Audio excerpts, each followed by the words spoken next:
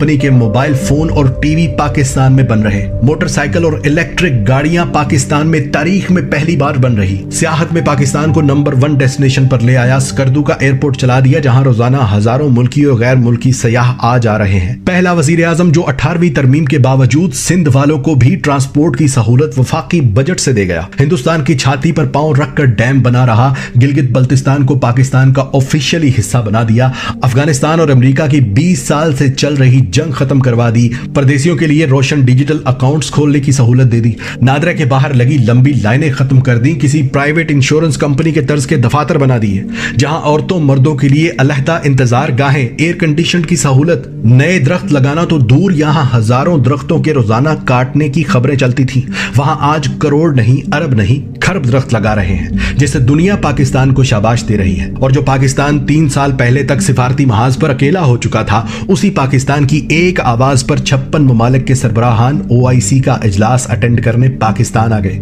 आज तक की सबसे ज्यादा एक्सपोर्ट इन 3 सालों में हुई, आज तक की सबसे ज्यादा रेमिटेंस इन 3 सालों में आई, आज तक की सबसे ज्यादा तेज इंडस्ट्री इन 3 सालों में शुरू हुई। अब मुझे बताओ कि मैं इमरान खान को किस चीज के लिए ब्लेम करूं? अमीर गरीब को एक निसाब देने के लिए, परदेशियों को वोट डालने का हक देने के लिए, किसान को फसल का पूरा मुआवजा देने के लिए, अरबों से अपने परदेशियों से बराबरी का सलूक करने की दरख्वास्तें करने के लिए, अमेरिका को एब्सोल्युटली नॉट कहने के लिए, मोदी को साड़ियां और आम भेजने की बजाय रिटेलिएशन की धमकी देने के लिए, अक़वाम मुत्तहिदा में ला इलाहा इल्लल्लाह कहकर हम लड़ेंगे का नारा लगाने पर, गरीब अमीर का एक जैसा इलाज करवाने पर, जखीरा अंदाजों के खिलाफ तहरीक चलाने पर, एक्सपोर्ट बढ़ाने और इंपोर्ट को रोकने पर, पुलिस को अवाम दोस्त बनाने पर, सहाफियों को झूठ बोलने पर सजा देने पर, किस चीज पर मैं ब्लेम करूं उसे? भाइयों, कोरोना के बावजूद इस शख्स ने अल्लाह की मदद से 70 साल पाकिस्तान की तारीख के मुकाबले में वो काम किए हैं कि अल्लाह की कसम मुझे अब इस पर कोई शक नहीं कि इस शख्स के साथ अल्लाह की तरफ से खास रहमत है, वरना 56 ममालिक में वाहिद एटमी ताकत, सरहदों पर दुश्मनों से घिरा हुआ मुल्क पाकिस्तान